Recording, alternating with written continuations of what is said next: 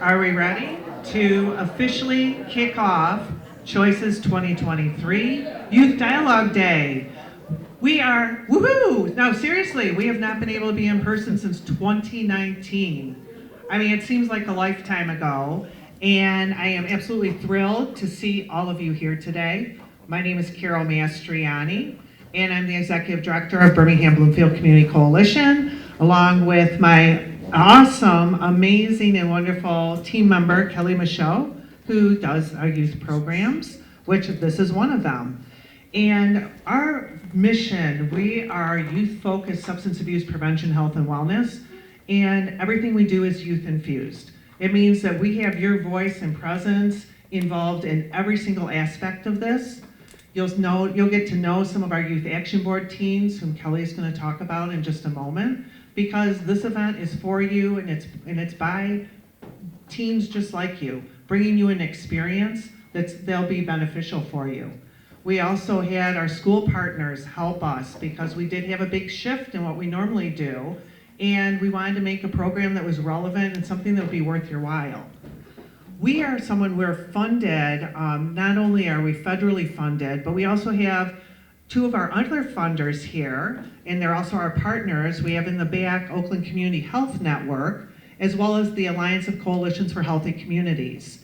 And we seriously cannot do this work without every single person in this room and then some, because we don't do the work in a vacuum. We're part of the community. And we also have some wonderful sponsors, because it takes money to make the world go round, right? And so we want to thank our sponsors, Trinity Health, Oakland, who they have been a partner of ours for so long. They've brought their distracted driving simulator again, which is always a huge hit. We also have Dr. Margaret Diamond, who's not here today, but she's been a longtime supporter of this event. She loves that it brings students from different schools together in a way that you can learn and interact. We also have Lakritz Law Firm, as well as the Marcus family. So thank you, one and all. I also want to recognize Cheryl Lakritz, our board president, is here. She's probably in the back working, as she always does. Oh, there she is, she's over by the water. Cheryl has been doing this work for many years. She actually used to be with Bloomfield Hills School District, and she did prevention work there. So she is a long-time advocate and is one of your biggest champions, truly. Let's just see if I missed anything. Well, we have over 60 students here today. We have Detroit Country Day, Bloomfield Hills High School, Groves, Seaholm, as well as Brother Rice in the room. And we want to thank our school partners. Truly, we know how much work this takes to put this on. We try and not bug you, but we're pretty relentless with the emails and the phone calls, because we do want your students here. And we do want to thank, once again, we have Bloomfield Hills Youth Assistance, we have Birmingham Youth Assistance, we have NAMI, National Alliance of Mental Illness. Once again, we have OCHN, Oakland Community Health Network, in back. The Alliance is doing mini Narcan trainings. Really want to encourage you guys, it only takes about 3 minutes to go back. Fentanyl is an issue. It's an issue in our communities, it's an issue across the country, and part of this is harm reduction. And if we know better, we can do better. And most people, it's an accidental overdose. You just don't know that even a prescription drug that maybe you got from a friend, which really is not a good idea. You only want to take prescriptions that have your name on it, but just in case, you want to be prepared. So please go back and see them, as well as there's a wellness wheel that's a lot of fun. And I do believe that's it. And I'm going to turn it over to Kelly. Good job, Carol. Yeah. Thank you, Carol. I'm honored to be able to work with Carol as well. Yes, give her a hand. She said most everything that's important about this event. I will just tell you that this is our first in-person event since 2019. 2020, we were all ready to go, folders, food, packed in my car, and at the last minute, we had COVID and we had to cancel. We did it virtually for the next 2 years, and that was cool too, but I'm so happy and excited to be in this room with all of you guys. It's been a rough couple of years. People don't realize that was a big deal, that was a big adjustment, and we're all still trying to catch up, I think. So being here today hopefully will make things in the end a little bit better for you. Choices has been around for like 15, 20 years. I'm gonna date myself, which I don't wanna do. And it was a student, who had attended one of our events and said, great, thanks for having me, but I want my own event. And if you look around here, Carol mentioned the schools and the students, you're gonna see a majority of your peers, and that's intentional. This is a youth dialogue day. So apart from these initial announcements and maybe a few other things, you're gonna hear from students because this is a youth dialogue day. I do the youth programming. I'm honored to be the youth program coordinator. We had students here last night helping set up this entire room, and at 7 o'clock this morning, which is not easy, the Youth Action Board students were here helping us put all of the things on the table, the food, cutting fruit and bagels, and they're just amazing. They're gonna tell you about the Youth Action Board in just a second and really lead you through the rest of this day and announce our speakers. But I really just want to acknowledge them. So Youth Action Board teens, stand up for a second if you're not up here already. Give these guys a hand. Yeah.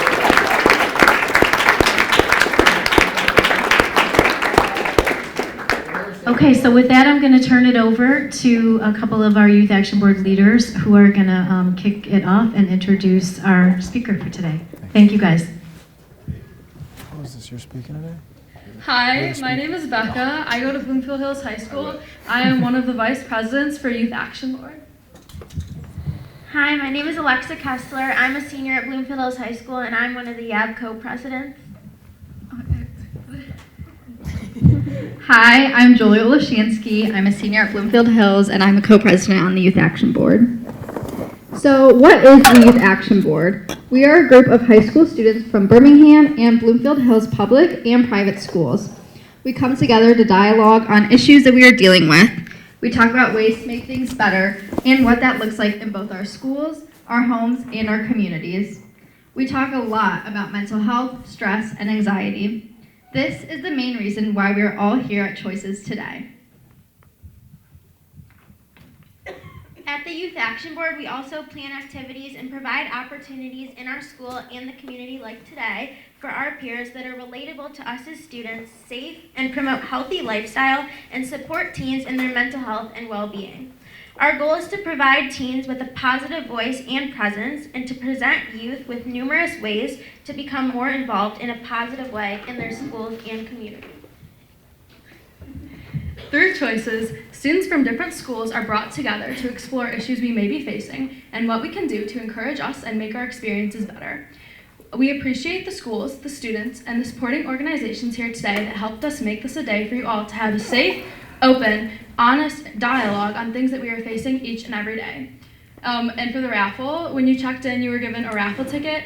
Each of the resource fair tables also has raffle tickets. For each table you visit, you'll receive an additional raffle ticket and better your chances in a raffle at the end. We have some nice raffle prizes.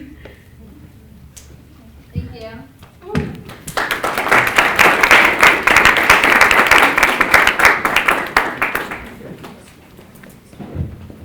Hi, I'm Maya, and I am the other vice president. So we are dealing with stress and pressure and concern for our mental health and now our safety more than ever. We all feel stressed about school, about our future, college, and after college. There is a world of influence coming at us. Every day we're faced with choices. Some are simple and others not so much, like the choice to drink or use drugs, to use or abuse social media, or maybe other risky situations. At this stage in our life, a choice is not always so simple. And there are added pressures we put on ourselves in social situations. Whether you've been in one of these situations or not, we all know it's something you're aware of and have to deal with. So, today at least, you will have a voice on all of these issues and you're here to share it and be heard.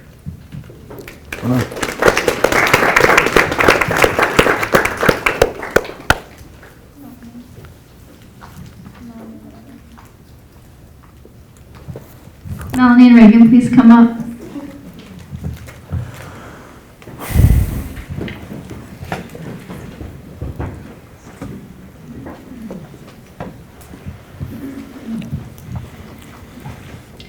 Positive View was founded to address the need for emotional intelligence programming today.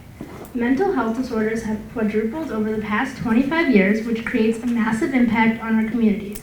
In response to this crisis, Positive View works to help others transform their lives. To kick off our program today, we are honored to bring you Kenny Spear. Kenny has been involved in community outreach over the past 9 years. He has been the lead youth speaker for Families Against Narcotics, the director of the Regional Youth Initiative, as well as the founder and executive director of Positive View. Kenny has been the keynote speaker at hundreds of events and has spoken to hundreds of thousands of students across the country. Kenny is also an award-winning actor and jazz musician. His mission with Positive View is to change the hearts and minds of young adults so they can fulfill their purpose and achieve their wildest dreams.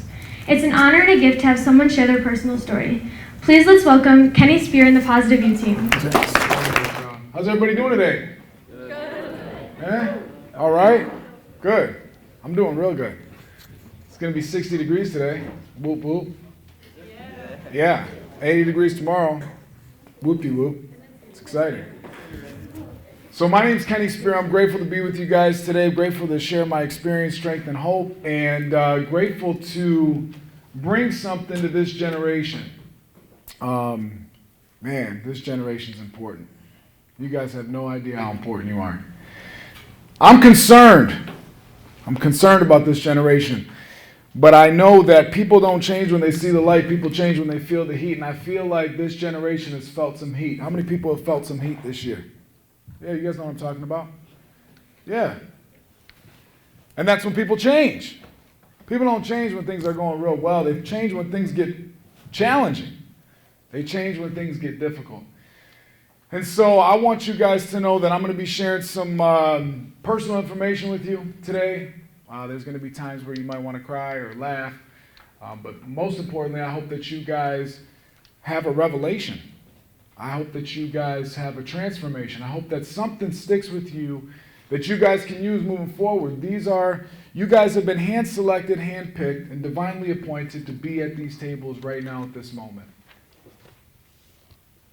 Could have been anybody, but you guys are here. And so I'm grateful to be able to share my story again and be here in Oakland County. We work with a lot of schools throughout the Tri-County area providing programming, and so to be able to present at the Youth Dialogue Day, it's really exciting. You know, let's give all of our amazing sponsors here, let's give them 3 claps. Thank you guys for putting this on. You know, and I mean this for all you guys here, all the high schoolers.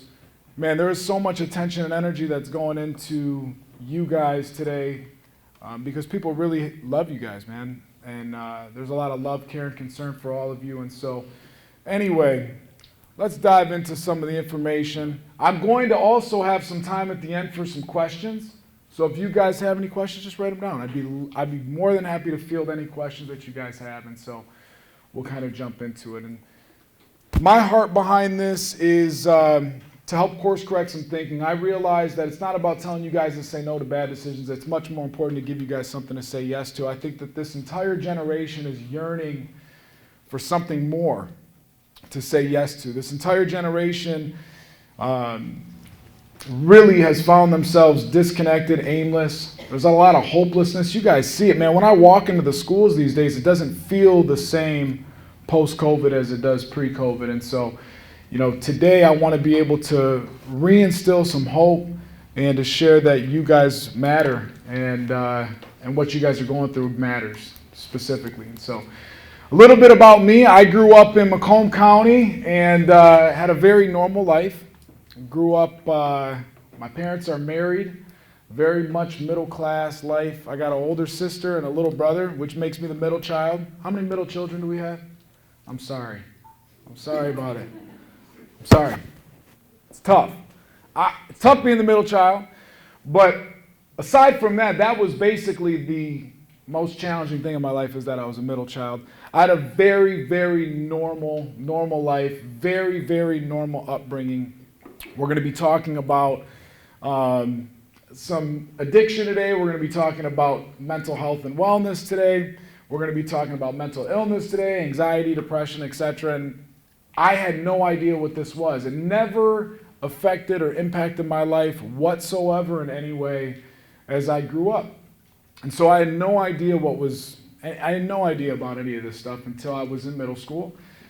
And my life changed pretty significantly. And I remember coming home from middle school one day. And I remember seeing my mother. She was crying in the kitchen, which was unusual. And, I said, Mom, what's going on? What's wrong? And she sat down and informed me that my cousin Tammy, who was 21 years old at the time, had overdosed on heroin and died. How many people in your know have lost a loved one to a drug overdose? Okay. Yeah. So a handful of you guys. So you know how painful it is. It's wild because you start thinking, what could I have done differently? What could have changed? What happened? And so I was young. I think I was 12 or 13 years old. And so I started asking questions. My mom started giving me some of the answers. She kind of explained to me how she, went from drinking and using, and then how it graduated and escalated over time. Eventually she started using heroin and then overdosed and died. So it was shocking, and I remember this. I remember this now. I remember what she was wearing in her casket. I remember my cousin weeping over her casket, my aunt and uncle, my grandparents. I remember the tragedy that happened. You lose somebody. And so I remember being in middle school, and I remember making a firm resolution that I wasn't going to, smoke or drink or do any of that. I'm not doing any of this. And it wasn't but a year later that I broke that resolution and I smoked weed for the first time in middle school. How many people know somebody who smokes weed? I love your honesty. Give yourself 2 claps. We see it a lot more these days. We see it a lot more. And this is the interesting thing. And I'm just going to dive right into it because this is why I'm called to be here today. You look great, man. All you guys do. Just want to let them know. I want you guys to get this.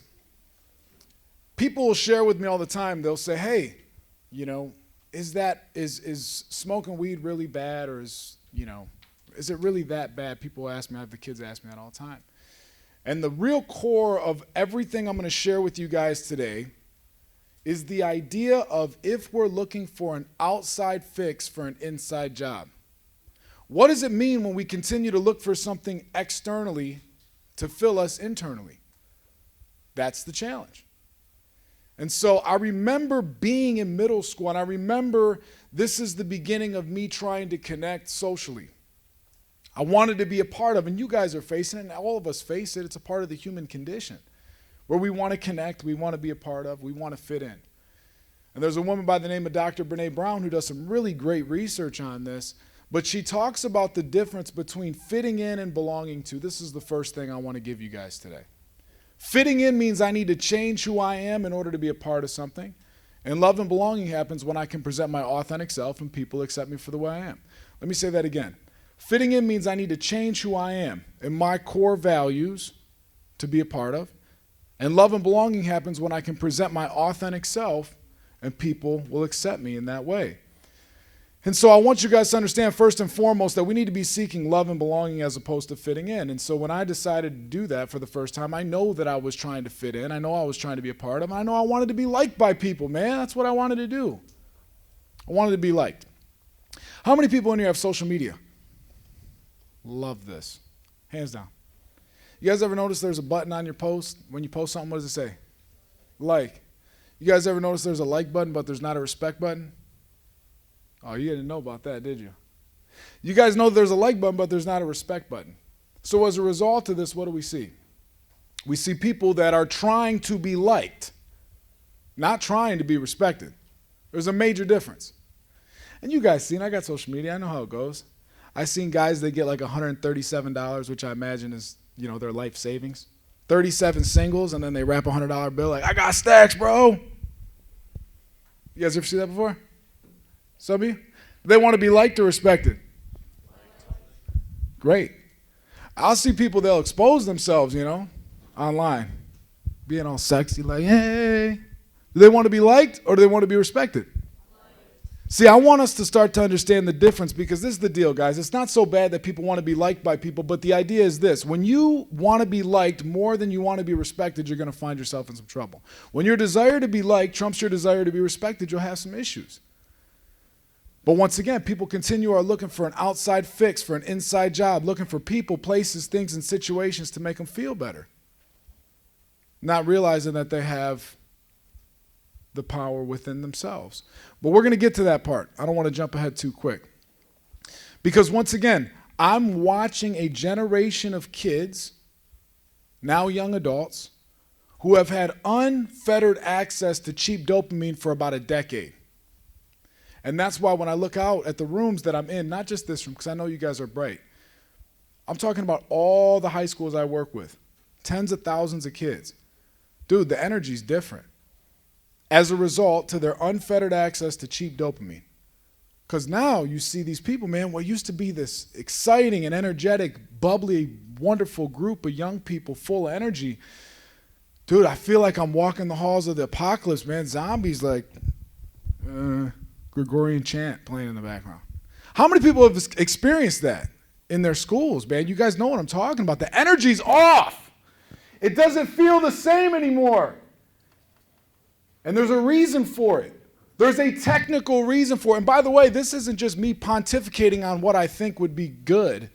I'm telling you guys what the science is showing us, specifically regards to social media use and unfettered access to cheap dopamine, video games, cell phone, etc. Because what used to have to happen, for the last couple thousand years, is there'd have to be an output in order for you to get the input. There'd have to be an output of energy in order for you to feel good. And so what happens is you do your work, you get after it, and you feel good in the process. You start to experience all of these positive emotions from your positive incentive reward system. Now, I can sit at home and not have, my output's this, just flicking like that. And I'm able to experience this unfettered access to cheap dopamine, and it's changing people, man.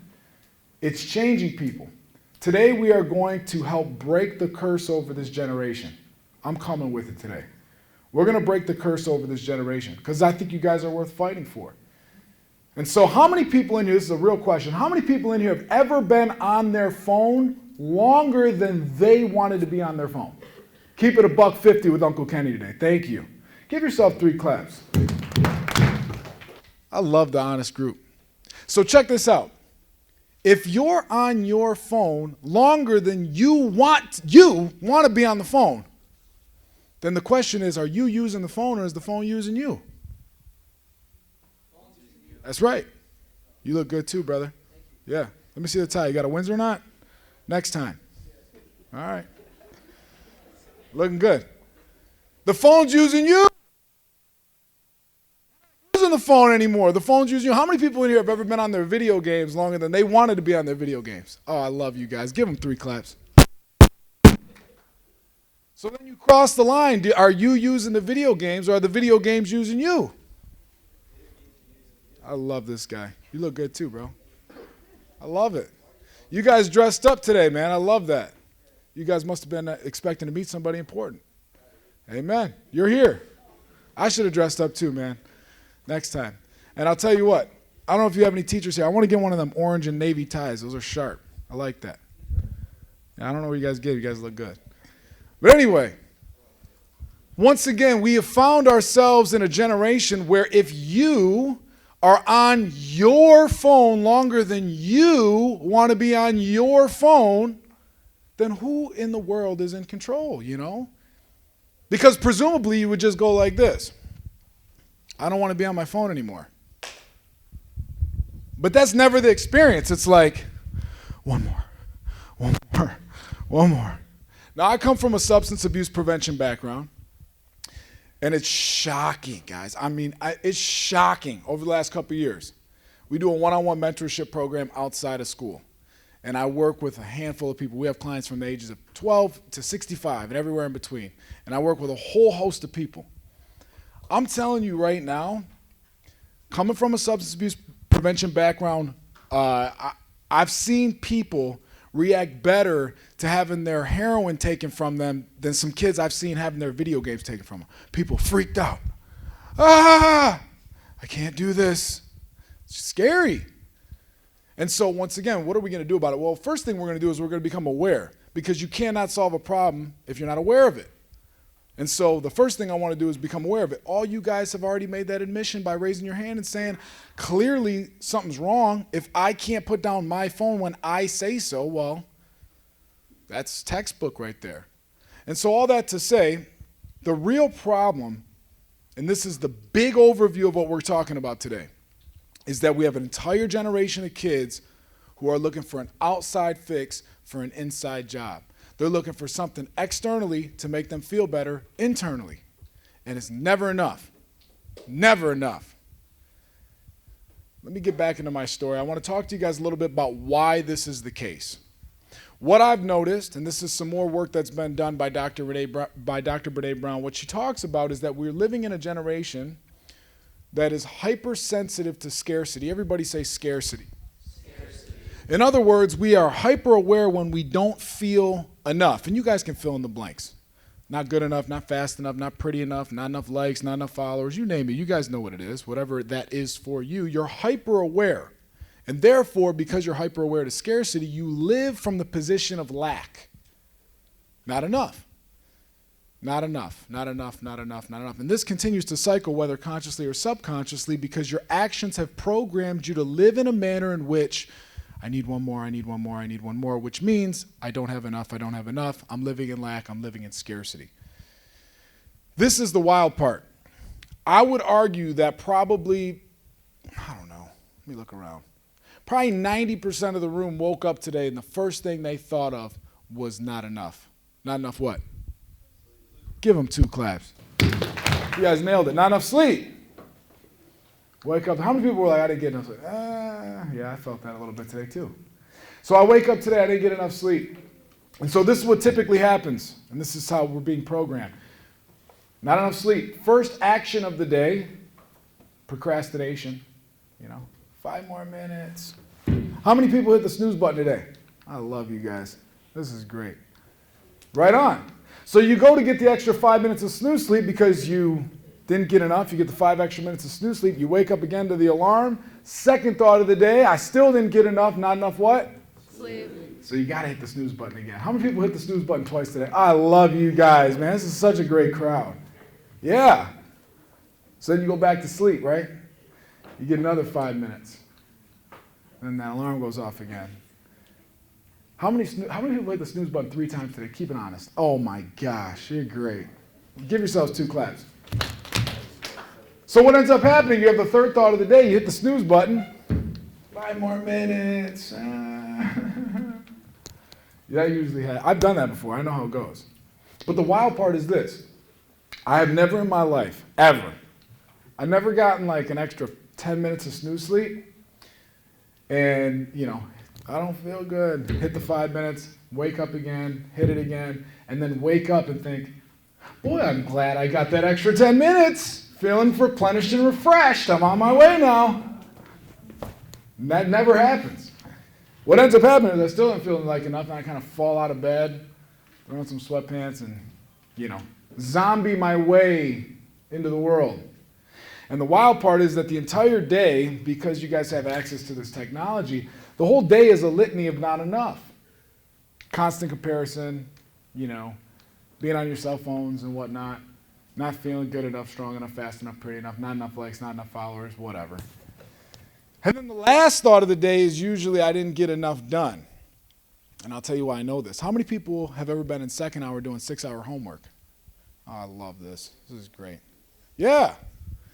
So once again, the culture is hypersensitive to scarcity. So what would happen if we changed the way we think about ourselves? What would happen? See, you guys have the power. What would happen if we did what we said we would do when we said we were going to do it? Well, you take your power back. We could live in the abundance. We could lean into the abundance. We're going to talk a little bit more about that specific topic in the second breakout, and it's really fun stuff. But let me get back into my testimony, because I went to Chippewa Valley High School, go Big Reds, had a very similar background to everybody in this room.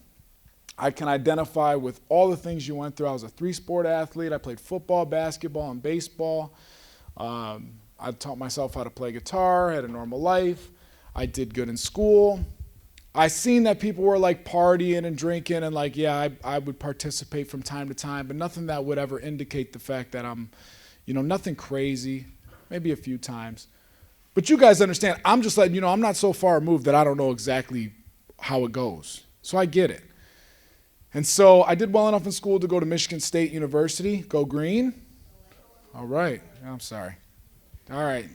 This is where everybody turns on me. I split the crowd. I'm sorry about that. So I went to Michigan State, and this is when my life really took a turn. And so I remember going to Michigan State. I was a small fish in a big pond, still living by the principles that I had developed in middle school, which is trying to fit in, trying to be liked, trying to be a part of, trying to connect. See, as human beings, that's a part of our basic human necessities. Everybody in here is going to have to eat something today. You're going to have to drink some water. At some point, you're going to have to sleep. And then right underneath that is a basic human necessity of love and belonging. And so what happens is like I mentioned earlier, people tend to substitute love and belonging and connection for fitting in. And so they change who they are in order to be a part of it as opposed to being their authentic self. And so for me, I go to Michigan State. I'm a small fish in a big pond, looking to connect, looking to fit in, looking to be liked. And I remember at the time I was living on 6th floor West Wilson in East Lansing. And I remember there was a guy on my floor level on the 6th floor who had what I like to call a cool room. He had like black lights and posters and like a flat screen TV. And this was in 2010. You guys know TVs weren't always flat? All right, good. So I had a big giant box TV in my room, man, if you could believe it. It was like a crane had to put it in there because it was huge. But I noticed that people would go to this guy's room and they would go to connect and party, and there'd be this connection and conviviality. And I remember thinking to myself, man, if I just had more stuff, if I had more money, if I had more things, then, maybe I would have more connections. Now, once again, I'm looking back in hindsight and I'm unpacking all of this, and I've had a decade to do it. But the point is that I didn't know this while it was happening. I wasn't aware of this as clearly as I'm articulating it to you today. And so anyway, I remember thinking if I had more stuff, I'd feel, I'd have more connections or whatever. And so at the time, I was working in the cafeteria, making $6 an hour. Talk about not enough, man. I'm making $6 an hour, washing dishes at the caf, and wasn't cool enough either. Wasn't enough money. Sure didn't feel enough for me. And so I remember right around this time, it's going to be impossible for me to be able to do that while I'm washing dishes. And it was shortly after, it was about halfway through my freshman year, I remember somebody approached me and said, hey, if you're interested, I have an opportunity for you to make some money. Well, I was living in lack. I wasn't living in abundance. I said, okay, what do you got? He had informed me that I could start selling prescription narcotics at school. How many people have ever heard of Vicodin before? Raise your hand. Okay, so most of you. For those of you who don't know, Vicodin is a high-powered prescription narcotic that's given to people with severe pain. So like a broken bone, you might get prescribed to it for a short period of time. And so here I am saying yes to it. I knew it was wrong, but it didn't matter because my drive to have enough, my drive to have more overrode my moral compass. And you guys can identify with that too, especially when it comes to your phone.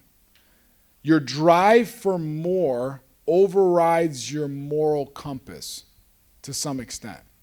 And you guys know, how many people have ever seen something on their phone that they know that they shouldn't have seen before? Oh yeah, I love this group. You guys picked out a good group, Carol.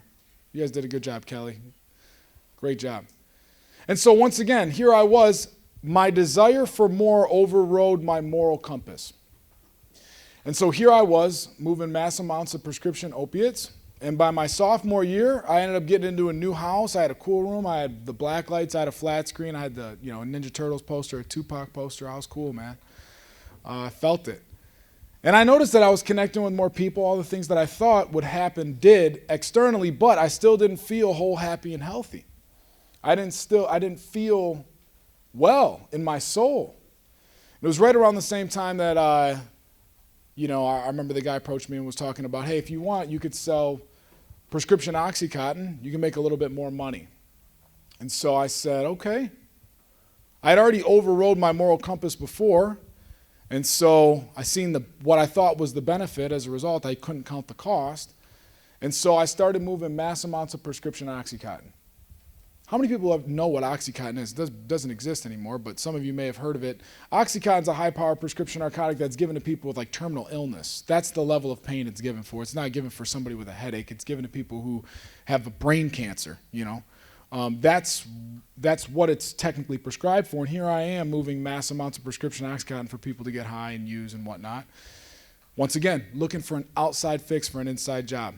Looking for something externally to make me feel better internally, whether it was money or people or places or things or situations. And now this continued. Once again, I still didn't feel whole, happy, and healthy despite what was happening. And I remember it was probably about halfway through my sophomore year that I thought to myself, why are people using this drug that's less than the size of a dime? They're spending $50 on this drug, less than the size of a dime. And I remember I tried it. It was all right. I didn't think much of it. It was a part of the normal, like I'm going to go and party thought, whatever. And I remember a few days later, this guy said, hey, man, you did it wrong. He said, how'd you like it? I said, I don't know. It was fine. He said, well, you did it wrong. You're supposed to crush it and sniff it. And so that was the first time, this was the beginning of my life, totally spiraling out of control. From the first moment that I sniffed an 80 milligram Oxycontin, within 6 months I was doing 800 milligrams a day. I had a complete psychotic break. I cut off all ties with my family and friends. Everything in my room that I had, I sold, pawned. I was a career criminal, in and out of jail, in and out of institutions within 6 months. Completely stopped talking to my family and friends. That's how quickly it happened. And remember the cool room that I was telling you guys about, right?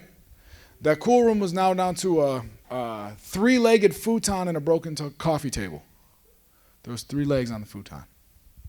You guys get it? I know we got to laugh about it or else we'll cry about it.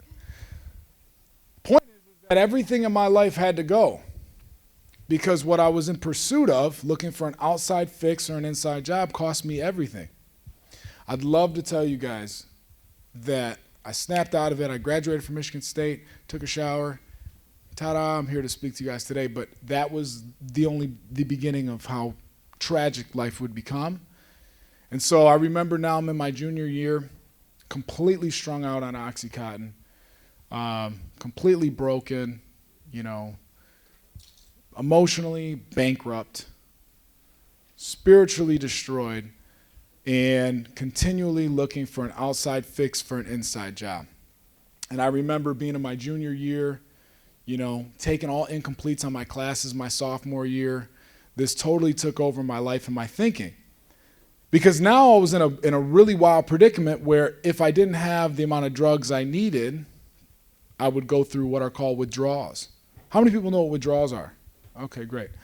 Well, let me put it as eloquently as I possibly can for those of you who aren't familiar with opiate withdrawals. What would happen is if I didn't have the amount of opiates I needed to get through the day, I would start to diarrhea out of my mouth. I'd start to vomit out of my rear. I'd start to leak out of every orifice of my being, be sweating and freezing at the same time. You guys ever had a fever before? Yeah, times that by 1,000. I couldn't eat, I couldn't sleep, I couldn't even drink any water until I got one more. And so if my choice was to feel like that or to get one more, guess what I did? Got one more. At all cost. My brain was completely hijacked and completely enslaved to this master. Completely enslaved to this master. That would have me do whatever they told me to do. And so my junior year, this continued on, and then things just got worse, man. Every time I didn't think it could get worse, it would get worse.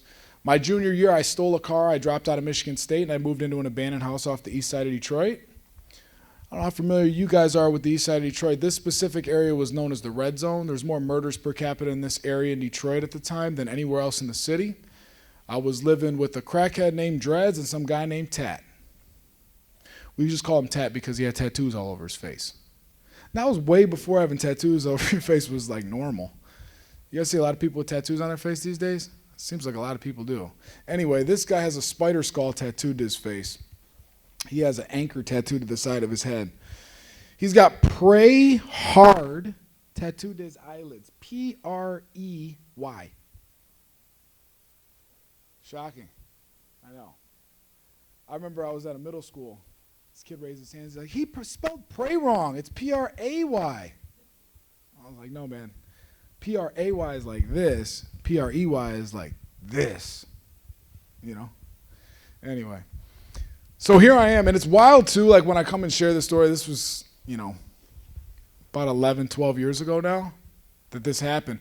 And it's wild when I share my story how I feel like I'm sharing about like a third person. Like it's really wild stuff.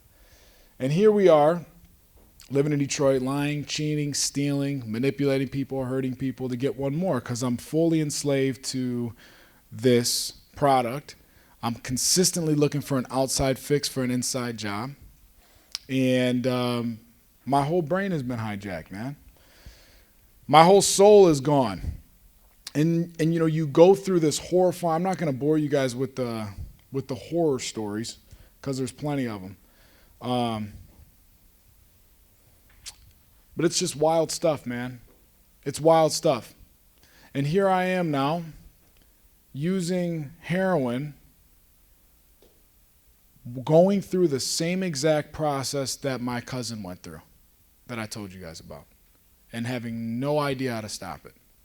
The same process by which she had gotten there was the same process that I had gotten there. And so, once again, I find myself broken, and it isn't until October 24th, 2012,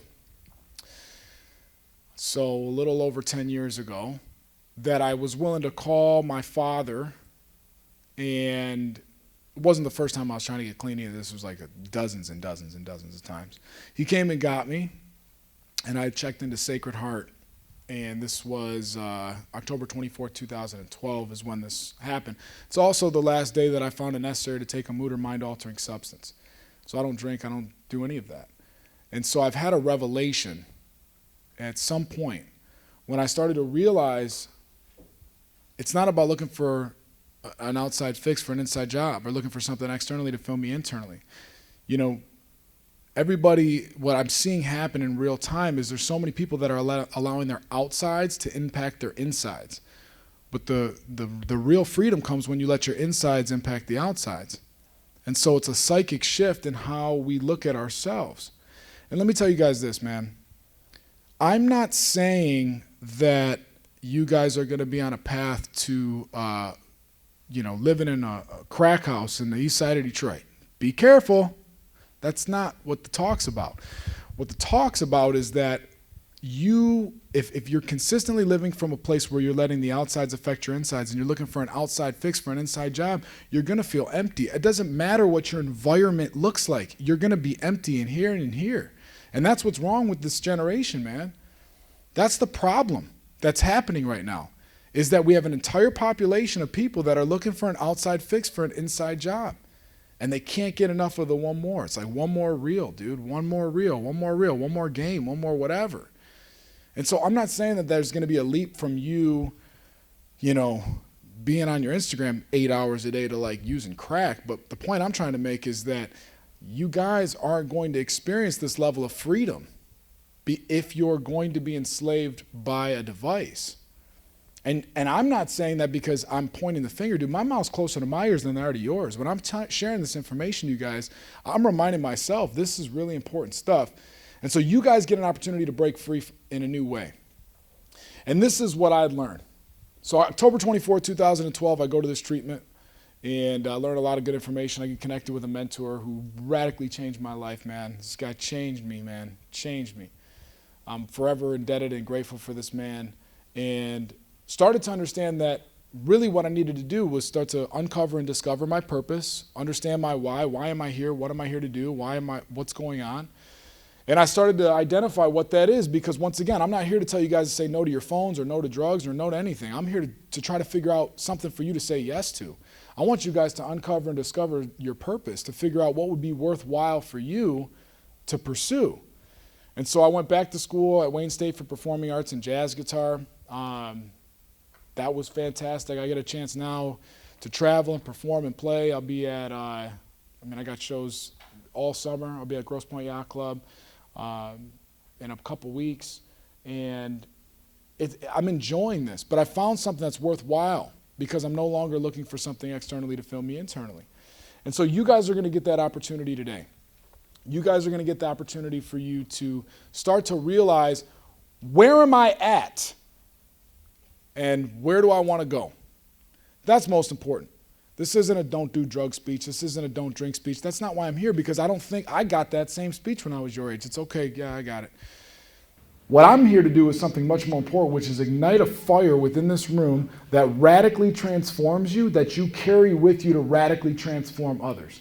That's the big idea of what we want to do. So we're going to uncover precisely where you are and figure out how to get there. And the acronym for HOW is easy. It's honest, open-minded, and willing. Honest with who? Honest with you. Open-minded to what? Open-minded to a new solution. And willing to do what? Willing to do whatever it takes. See, the cool part about this group, I can already tell it's an honest bunch. So you guys are already 1/3 of the way there. But we're going to start to uncover and discover and identify exactly where we are. On the first page, we're going to go through our greatest challenge this year, our greatest victory this year. We're going to identify our work ethic. And then on the back, we're going to talk a little bit about the 5 fundamental categories. And we're going to talk a little bit about where we are now. Now, most people think, well, I don't want to say where I'm at with my own health. I don't want to share that. I don't want to grade that. Okay, then we can all do this. We can just live in the delusion that we're okay. You know what I mean? I don't want to admit that I haven't been doing that great in school. Okay, well, then let's pretend like you're doing fine even though you're not. That's something that we're not going to be doing today. What I'm going to have real quick, before we even get into all that, because I did say I would do this for you guys, and we do have some time. First and foremost, give yourself 3 claps. It's a really solid group. I wanted to stop before we do the breakout sessions. Does anybody in here, I want to field a couple questions to provide any clarity from what we just had a conversation about. Any questions at all? Usually only takes 1 to break the ice. But I am going to leave about 5 minutes right now for a little bit of questions, then we're going to do a breakout group. Yes. That's so good. What's your name? Maya. Ladies and gentlemen, Maya had said, what was it from your mentor that was so good and so transformational? Man, where do I start? His name was David.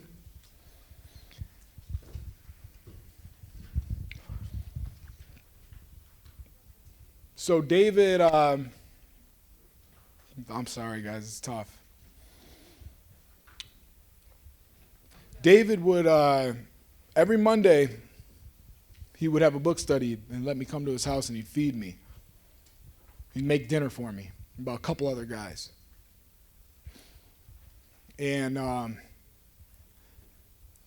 he showed me the love of Christ in a way that nobody's ever shown me. And so self-sacrificial, and provided me a level of love and concern that nobody's ever provided me before. David passed away about 2 years ago. It's funny because I was just at a meeting last night talking about him.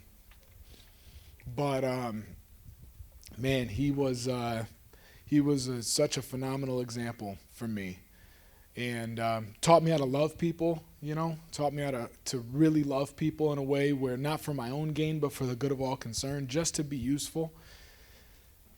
He's taught me a lot, man. He was a really, really powerful example, and I know that he was. I know that he's just really, really helped more than just me, a lot of other people too. But thanks for making me cry in the first question, Maya. That was great. Thank you. Yes. I just want to let everyone know if your pen's not working, there's a little cap on the end, so just pop it off. Yes. I got more pens too. Any other question? We have time for a couple more. What's your name? Mia. Mia, go ahead. When you got to Michigan State, do you think that the people that you started surrounding yourself with were one of the key factors? Great question, Mia. Mia said, do I think that the people I surrounded myself with were key factors in what I went through? 100%. And so, man, the environment, if you guys don't like the habits that you're in, change your environment, you know. That's a huge piece. Change the social cues that are around you. And I mean this wholeheartedly, and I think Michigan State's a phenomenal institution. But the reality is this, whether I was at Michigan State or Michigan or Grand Valley or any other college, this is the deal. People find what they're looking for. And so you'll find what you're looking for wherever you're at. And so if you're looking for, you know, safe, fun, healthy activities, you'll find that. If you're looking for what I was looking for, you'd find that too. But that's a great question, Mia. Thank you for that. Go ahead, brother. So when like the person first like introduced you to like the program and said like, you know, make money, were you ever like scared of like going to jail or something like that? Yeah, great question. What's your name? Max. Max asked if I was scared to like get involved in that life. You know, in the beginning, I think I was afraid, but once again, I overrode my moral compass for more, right? And so I continued to do that. I think that there was an element of fear, but this is the wild part, Max, and this is when I knew that I really had something wrong with me, was that I started to get to a level where I was more afraid of living than I was of dying. Like it was more scary to wake up every day than to not wake up. And so you start to slip into these modes where it's like, well, the hell with it, you know, like who cares? And guess what? We all have experienced certain levels or certain degrees of that anyway, right? How many people at some point at all this year was like, man, the hell was going doing this today? I love this. Even how about even better? How many people have ever had a homework assignment and at some point this year they said, you know, the hell with this, I don't feel like doing this today? Yeah, of course. Right? And so it's the same idea. See, it's the same broken thinking. The manifestation does look a little bit different, but the point is that we've all got to these levels of like, hey, I don't care, right? I would, screw it, I'll just go play video games or whatever it is, as opposed to do this. And so I want us to be able to recognize getting us to a place where we can do what we have to do so we can do what we want to do.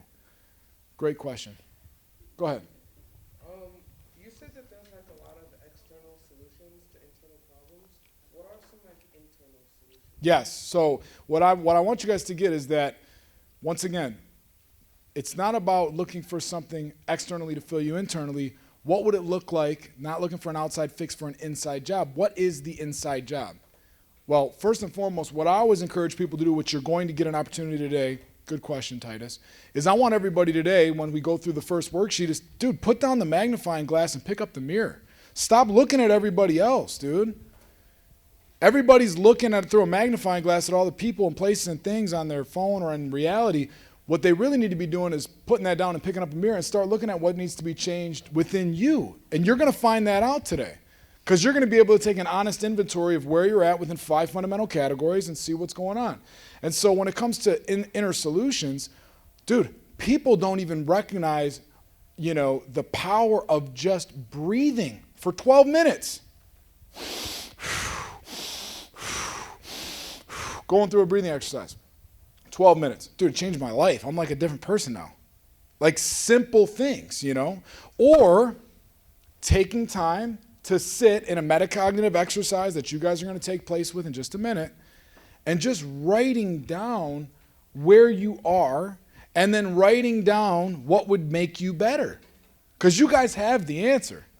The answer's already in you. And so those are some of the small solutions. But once again, you're going to be doing that today.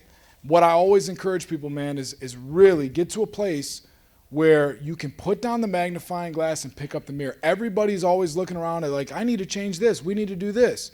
You know, I got a lot of people who care about the climate. I care about the climate too, but they can't clean their room. It's like, how are we going to clean up the world?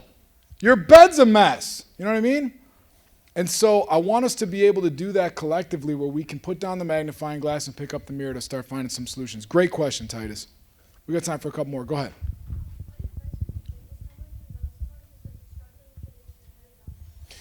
Yeah, what advice would I give somebody who's struggling with addiction? Well, it's painful. First and foremost, I always look at this and say, you have to be the example for that person.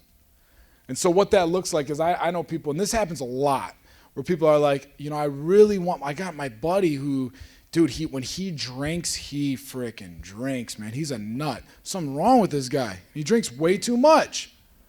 And then I'm like, how often do you have one with him? Well, yeah, I'll have one with him occasionally. Well, it's like, you're no help. You know what I mean? You have to be a good example of a good example as opposed to a good example of a bad example. Be the alternative. And then live your life in a manner that sets the highest example for others to follow. See, when you do that, all of a sudden you become an example for that person. But beyond that, and this is in severe cases, man, I would say it's unfortunate because you can't force anyone to get help. But I do believe that, providing them resources. I know that even like the Alliance of Coalitions, Birmingham Bloomfield Coalition, they have resources, a lot of resources for you to be able to connect and provide some sort of pathway to freedom for that person. Granted, they want to, but more importantly, I think, like I said, just to be the example for that person and to be a living example of a good example is a great deal. Good question. We got one more for you guys, and then we're going to do a breakout session. Or maybe not. Yeah, we'll jam next time. We'll jam. If I brought it out, I'd jam it out. But we'll do that. You guys have been phenomenal. So what we're going to do is this. We got a couple open seats.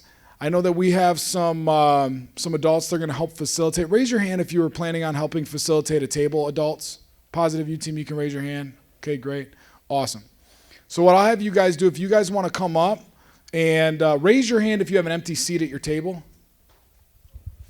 Okay, keep them high. I'll have you guys start to fill in these seats. I'm going to put on a little bit of music. We're going to get into the first page, and then I'm going to give you guys about 20 minutes for this breakout session. Be honest and vulnerable as much as you guys can, and we'll have some fun. Yeah.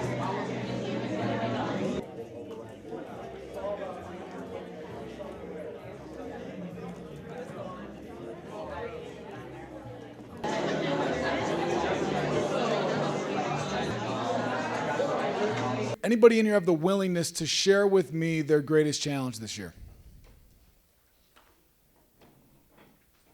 Yes.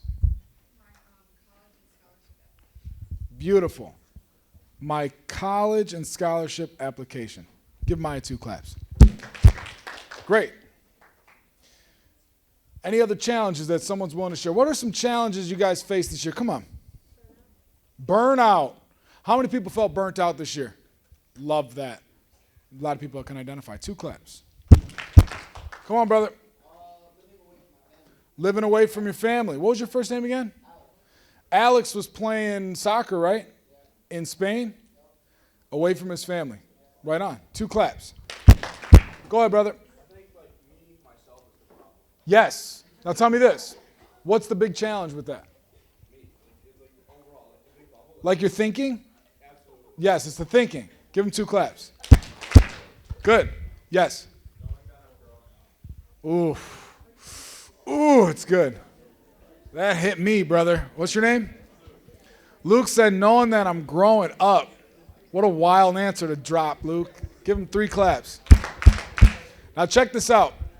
Because of time, I want to let you guys know, and this is really cool how this works. And maybe you guys have noticed this at your table individually before I'm mentioning it. Your greatest challenge and your greatest victory are the same in most cases. I'll give you an example. Have I read your greatest victory yet? Have I seen your greatest victory? Share with me your greatest victory. Getting into college. So the greatest challenge is going through the process, the difficulty, the challenge, but the greatest victory is getting into the college. Now, did I talk to you about this beforehand? No. See, I'm aware of it, though, because, once again, you don't get the victory without the challenge. Same with this young man in the back. We were sitting at the table together, and he was talking about how he had to go to Spain and play soccer. He got to do that as an opportunity, and it was difficult for him to be away from his family. But would you mind sharing with us your greatest victory? Learning a new language. Now, if he doesn't go to Spain, do you learn a new language? No, you don't. So you mentioned burnout. Now watch this. Have I seen your greatest victory yet? Share with me your greatest victory. You became a youth ambassador for what? The Threat Association? What is it? Tourette Association. Give her 3 claps. Now, was that an incredibly difficult process? Was it challenging for you to be a part of that group? Is it worthwhile for you to be a part of that group? Did it take up your time and energy? Right on. And so your burnout happens as a result of overwhelming your time and energy, which you were able to add on to it.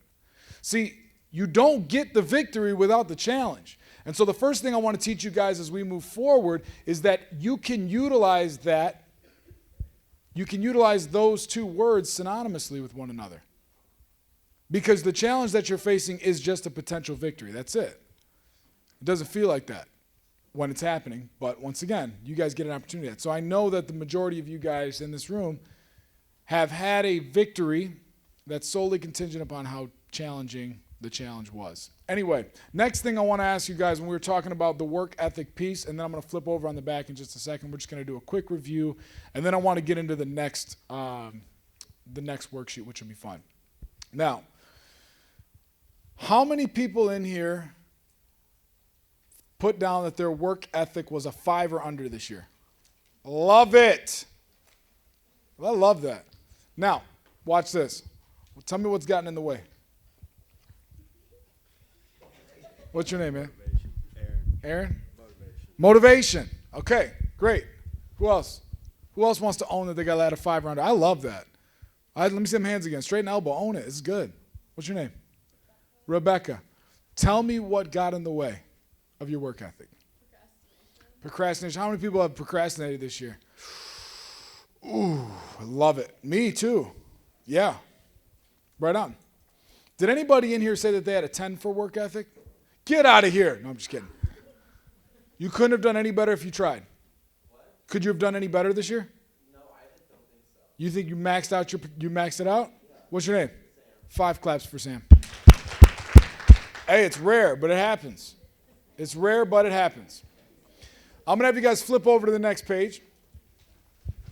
Now, once again, what we've done and what you guys have been able to do, and we're just going to unpack it briefly, but Positive U, our organization, what we really want to do is to be able to get you guys to thrive in 5 categories. And so the 5 categories, I have them on my hoodie: health, relationships, creative outlet, career path, and service. We know that if we can get you guys to thrive in those 5 categories, you'll live a deep, meaningful life. We know that to be true. There's nothing outside of those 5 categories that I couldn't take and fit within those 5 categories. And so starting with our health, the most fundamental of all fundamentals, for without it we have nothing. Physical, mental, and spiritual well-being, our health. This one's tough because not everybody wants to say where they're at. And once again, it's between you and you. It's a personal best question. Does anybody in here want to have the willingness to share where they're at with their health? Raise their hand and help. Go ahead. Yes. 6 to 7. Give her 2 claps. It's Mia?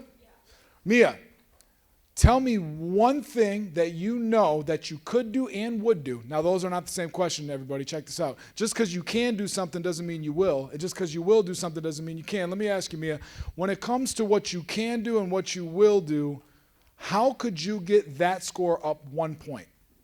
By spending more time taking care of myself is my could, and then would is probably not separating, but probably surrounding myself with people who will bring it up and will motivate me to do that. Yeah, so tell me what you want to do. When you say taking care of yourself, what do you want to do to take care of yourself?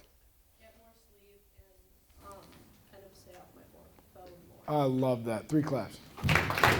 So check this out. Sleep and staying off your phone more instantly could improve somebody's well-being, instantly could improve their health instantaneously. Instantaneously. The science is absolutely clear on that. It's a great one. Anybody else want to share their health right now? How about this young man right here?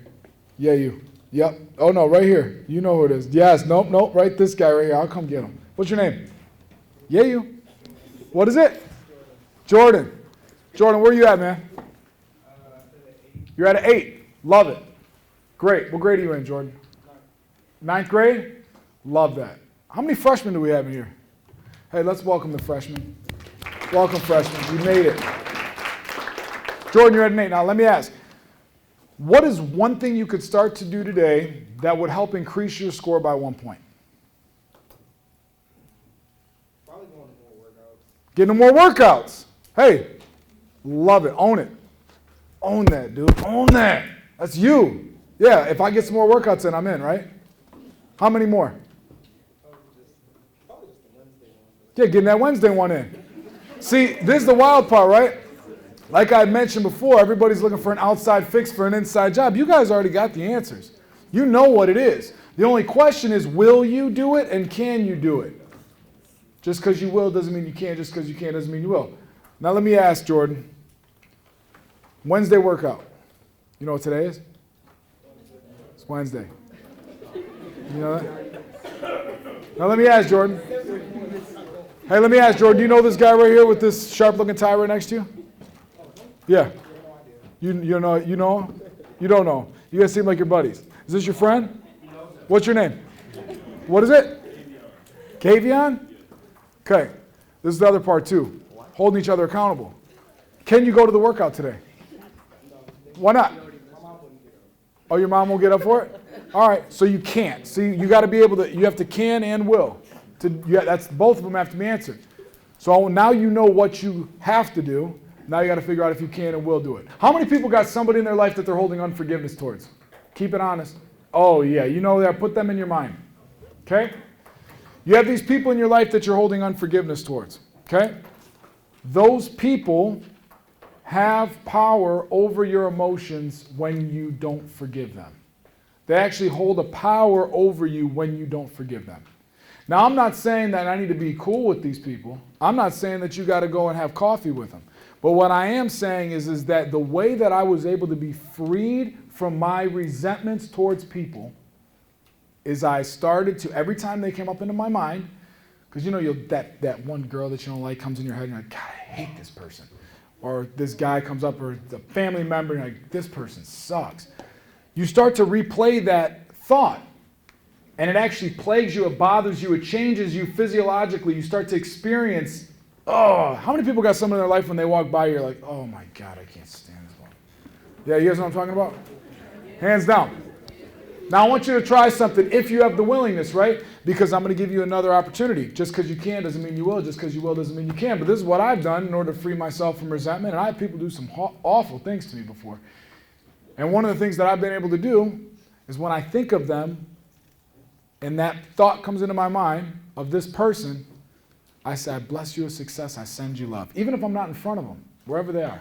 I bless you with success, I send you love. I bless you with success, I send you love. And then what ended up happening, over time, I just stopped thinking about them. I stopped thinking about them.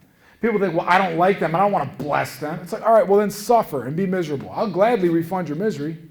You know what I mean? Or just live with a bitter resentment until the bitter end and hate the person. That's your alternative. Those are the choices, man. We're here at Youth Dialogue Day. These are the choices. And that's the truth. Yes?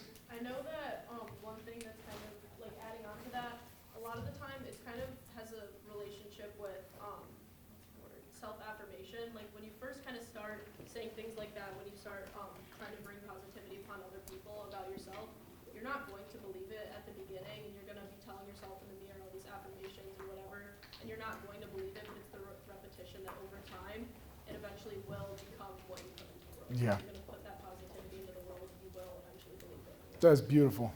Thank you for that, Mia. Give her 2 claps. And I want to say this too. This is something when it comes to how we connect with people, how we're treating other people. I had something good for you. You know, when it comes to blessing people with success and wishing people well, the reality is this. We have an opportunity to be able to change our thinking, like Mia had mentioned, to be able to think about love, goodness, patience, kindness, all of those things. And when we think about hatred, it actually impacts us when we're meditating on those things and we're really resentful and angry towards people. Yes, Carol. Can I add a tool? I would love that. Come with it. Okay, so before you get to what Kenny said to do, you do... Come on, jump on this. You got it. So before you get to what Kenny said you do an emotional dump. What you do is take a piece of paper. Doesn't have to be a nice piece of paper. You take a pen, pencil, doesn't matter. And you start out, I hate or whatever this person because, and then whatever comes up, you put it down. It can be really ugly things. You're not going to share this with anyone. You keep writing until you feel like you're complete. You may cry, you may get angry, whatever, but you have to understand emotions are trapped on a cellular level of our bodies. So we are experiencing them on a non-conscious level 100% of the time. And by actually physically writing, it's a release. Crying is a release. And when you do this, you keep writing. It doesn't matter how ugly your words are on the paper, you need to get this out of you. And then when you're done, you feel that you're complete, then you can burn it, you can shred it, you can even take toilet paper, write it, and then you can flush it down the toilet. But you can just do like a ceremony like that, get up and then walk around. You want to make sure you're drinking and hydrated because this does dehydrate you when you have these emotions. And then you move over to what Kenny does, because sometimes if we're too far away from that belief, then we're trying to say an affirmation. If it doesn't align within ourselves and we're too far away, it won't work. So we need to get ourselves a little bit back more to that neutral position. So that's just an additional step. I love that. Let's give Carol 3 claps. How about for our academics? Anybody want to share their score, their academic score? Oh, I'm sorry, their creative outlet score. Forgive me. Creative outlet is your hobbies, after-school activities. What's your name again? Aaron. Aaron, go ahead, man. I did a 4. Tell me what you do for your creative outlet, after-school activities. Like what I actually. Yeah, what do you do? Well, I used to play guitar. Okay. And you're at a 4 right now. Tell me why you're at a 4. I think time, but part of it's motivation. Okay. Got it. How many people have a tough time motivating themselves to do some things that they want to do? Okay, great. Now, great answer. And I'm glad that you started us off with that, because once again, what's happening with the technology, I really want you guys to get this. If you get this, it'll be worth every penny today. Your incentive reward system has been hacked, because you notice that things like playing guitar, learning a new language, going and playing sports, the things that are interrupting the engagement or that are hindering the motivation, well, what are you doing in place of those times? Someone be honest. On your phone. You're on your phone. You know what I mean? Like, you're actually just on your phone. You're actually just playing video games. You know, like, that's actually what you're doing. But why are you doing that? Because it feels good faster. It feels good much faster. Now, playing the guitar, though, would be something that would be more difficult, but would it be more beneficial? Okay. So I want to challenge you this week. How could you get your score up 1 point? Play guitar for a half hour. Half hour, 30 minutes. That's all you need one time this week. Can you do that? Yeah. Will you do that? Yeah. Can I hold you accountable? I will hold you accountable. Give them 2 claps. It's great. What else? Yes, Sheridan. You're at an 8. Tell me what your creative outlet is. Track and field. Awesome. How could you improve your score by 1 point? Yes. Like what, for example? Get more reps in. Love it. 2 claps. Come on. I gave myself an 8. And what was your creative outlet? Sports. Sports. What sport? Track. Great. How could you improve your score by 1 point? Kind of like Sheridan said, just like keep working harder and like do more. Yes. Getting more reps in. Love it. 2 claps. Last one is going to be, you go ahead. Let's get you in. Go ahead. I seen your hand. I put an 8 and a half. Okay, what's your creative outlet? I do debate, forensics, model UN, and trial. Oh, man. Love that. That's great. How could you improve your score by 1 point? I think just getting less nervous when I'm about to go into something and go into something more positively and try to just motivate myself to do better. Love that. What's your name? Elena. Elena, 2 claps. Love that. It's great. Now, the next ones are academics. And so, once again, you guys have had an opportunity as we walk through these, put down the magnifying glass, pick up the mirror, start and take some inventory of where you're at, which is great. Somebody want to share with me how they've done their academics. What's your name, sir? Kingston. Kingston? Go ahead, brother. I feel like 7. 7. How could you improve your score by 1 point? Just like trying harder. I like slack a lot. Trying harder. Slacking. How many people have slacked off at school before? Oh, yeah. Great job. Love it. Give them 2 claps. Let me get one more for academics. You got your hand up? What's your name? Avi. Go ahead, Avi. 6. Go ahead. I said just like more self-motivation and like look at things more positively. Yes, looking at things more positively. Love it. 2 claps. Last one is service. Come on. 7. You're at a 7. How could you improve your score by 1 point? I feel like I should help people more. Okay. Helping people. How are you going to help them? I don't know. I was thinking like I wrote down like I felt like giving food to poor people. Yeah. Like giving more to community. Yes. 2 claps. Great idea. Come on. I felt like a 6. Okay.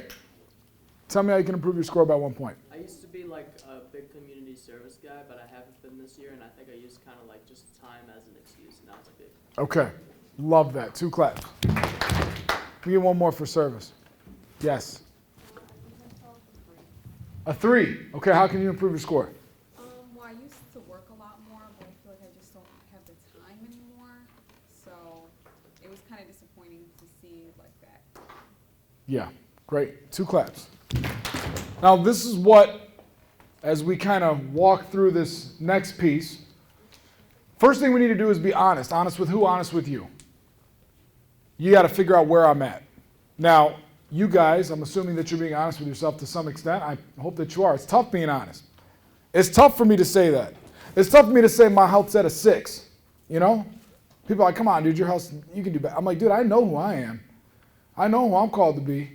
It's tough for me to say my health's at a 6.5 or whatever I want to say it is. But if I'm not honest about where I'm at, then if I'm not honest about the problem, then there is no solution. Okay? Who here is like phenomenal at math? Like the best math person here. What's your name right here? I'm Oliver. Oliver. How you doing in math? Good. Pretty good, eh? Yeah. I want you to solve the problem. No problem. Give him 2 claps. It doesn't matter how good you are at math. If there's no problem, there's no solution. See how that works? And so all of you have to identify first what the issue is. See, that's why I have you guys do the score. I've had people give me backlash about the scores. Ooh, I don't know if that would be okay for me to like say what I am. Okay, well then just live in the delusion that everything's totally fine and you're 10 for everything. That's going to work out great. You know what I mean? The alternative doesn't make sense. You know? I'm just perfect the way I am. Okay, all right. That's great. Now, I'm not here to have you guys put quarters in the butt kicking machine either. That's not what this is about. It's about taking an honest assessment and an honest inventory of where you are so we can figure out where we're going. Because if there is no problems, there is no solution. So honesty is the first part. That's how to solve a problem. H, honesty. The second piece is open-minded. Open-minded what? Open-minded to a solution. The wild part is you guys have the solutions. How could you improve your score by 1 point? I know. So you guys are already aware. And so as soon as you guys become aware, things automatically and immediately start to change. The last piece, and this is the hardest part. Ooh, this is tough. This is tough, man. It's tough stuff. The willingness. Who has the willingness to change? Oh, I hate that part. The willingness sucks. You know what I mean? Because that means I got to do something, right? And so I have to be honest with myself, open-minded to a solution, and then willing to do whatever it takes to change. Now, why would you want to change? This is what we're going to segment. This is the second piece that I want to talk to you guys about today. It's about creating a vision for your future. Creating a vision for the future that would be worthwhile and worth pursuing. Something that would announce itself as meaningful. More meaningful than the meaninglessness of sitting on my phone and goofing off all day. It's got to be better than that. And don't get me wrong, it's fun goofing off my phone. There's some real positives to that. It's nice to sit on your couch and scroll. If it wasn't, we wouldn't do it. So I have to be able to work with you guys today to create a vision for the future that would be worth pursuing, that would give you guys a target, something to aim at, something to move towards. That's what we're going to be talking about today in the second half. Now, what I'm going to have you guys do, and this is my second example. What was your name? It's Aaron, right? Aaron, do me a favor. Take that pen, and as hard as you can, I want you to hit the target. Give him 2 claps. There is no target. You cannot hit a target that you can't see. So what we need to do is we need to create a vision forward that would be worth pursuing. And you get the opportunity to do that. See, Dr. Brene Brown says as soon as you can own your story, you can write the ending to it. Well, guess what? The first part you just did. You just did that. That's what happens when you take an honest assessment and evaluate your life. I'm owning my story. I'm owning the fact that I'm a 6 in school. I'm owning the fact that my work ethic's been a 4. I'm owning the fact that my relationships are at a 3. As soon as I do that, now I can write the ending to it. See, most people don't want to own that. And so they can't write the rest of it. They just stay the subject of the story that bad things continue to happen to and then live in the delusion that they're fine. Well, I don't want to live in a delusion anymore. I want to live in a different way. I want to be able to experience the fullness of life and be whole, happy, and healthy. That's what I want to do, and I'm sure that's what you guys want to do too. And so let's figure out the way out. One of the things we're going to be doing today is we're going to be able to create a vision forward, a vision that's going to be able to sustain you. Now, see, my story ended, what we stopped at last part, was October 24, 2012, when I decided to go to treatment, and I started to look at other things to do. Going back to school for performing arts and jazz guitar, getting a job, and trying to be a useful member. But what happened was I started to create a vision forward that was different than my past. Now, this is the truth, and this is out of the work of Dr. Joe Dispenza. He talks about this. You are either going to be defined by the vision of your future, or you will be defined by the memory of your past. I got people right now that I know that are part of our mentorship program that are in their 50s and 60 years old, and they're still living by what their uncle told them when they were in 7th grade. It's like, dang, man, uncle's not even here anymore. And so they're defined by the memory of their past. Well, you guys get to decide what you want to do. You guys can decide if you want to be defined by the memory of your past and continue to live in that way, or you can be defined by the vision of your future. Well, that would be worth finding out. This is what I want to leave you guys with. This is the reason why we created this specific piece of content. How many people in here talk to themselves? Raise your hand. Now, how many people, when I ask them if they talk to themselves and ask them if they talk to themselves? That's the rest of you. Awesome. Does that make sense? Everybody, all of us, talk to ourselves. And so we've created something that we figured we'd get an honest perspective from you to be able to talk to yourselves. Human beings have about 60,000 thoughts a day. All of you have about 60,000 thoughts a day. By the time you're 35 years old, you repeat the same thoughts as the day before with about a 90% accuracy. In other words, if you think that your thoughts have something to do with your destiny, then what you think and how you speak to yourself is going to be a major factor in what happens to you. And so what I want you guys to learn, if nothing else from the day, we've talked about a lot of things, we've covered a lot of things, is that being able to have a real, honest, vulnerable relationship with yourself is crucially important. And not looking at it from a standpoint of, this fake positivity, this fake encouragement. You're just fine. I don't want that, but I want you guys to recognize that you're going to be with you 100% of the time. Wherever you go, if you go to Florida, if you go to Texas, if you go to China, if you go to Australia, guess what? You're bringing you with you all the time. And so because you're bringing yourself with you, you want to be able to bring somebody who you can rely on, somebody you can trust, somebody you can be honest with, someone you can be vulnerable with, someone who's going to encourage you, someone who's going to be there for you. And it wasn't until I started to build that relationship within myself to be able to realize, hey, dude, I need a pick-me-up. And guess what? I can't look for an outside fix for an inside job. I got to stop looking for something externally to fill me internally. What is inside of me? And it really was able to open me up to a whole new revelation. And you guys got it, man. You guys got it. I know that this is a group of people who are bright. And guess what? I know that this room could be packed with tens of thousands of kids who really, really need to hear this message. The good news is you guys are going to be the ones to carry the message. And so having said all that, I want you guys to give yourselves a round of applause. You guys did awesome today. I want you guys to take this with you. Feel free to connect. I always give this as connect with us online at Positive You. Connect with us on social media. We want to be able to, provide you that content. My name's Kenny Spear. Connect with me online. If you guys want to shoot me a message, I'll follow everybody back and connect with you guys. If you need anything, I want to be able to open up that line of communication. And so this doesn't just end now, it's the beginning of something more for all of you. You guys did a great job today, and with that, I'm going to pass it over to Carol. Thank you guys for letting me share. What I'm going to do really quick is take a picture of everyone looking at me so we have something to remember this awesome morning.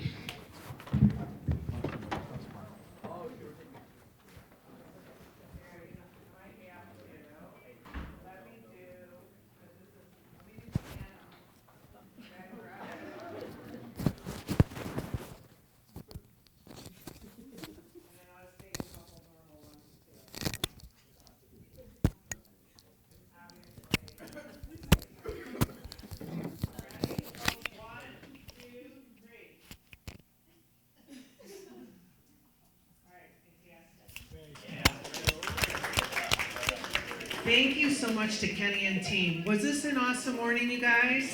Let's give it up for Kenny and his team.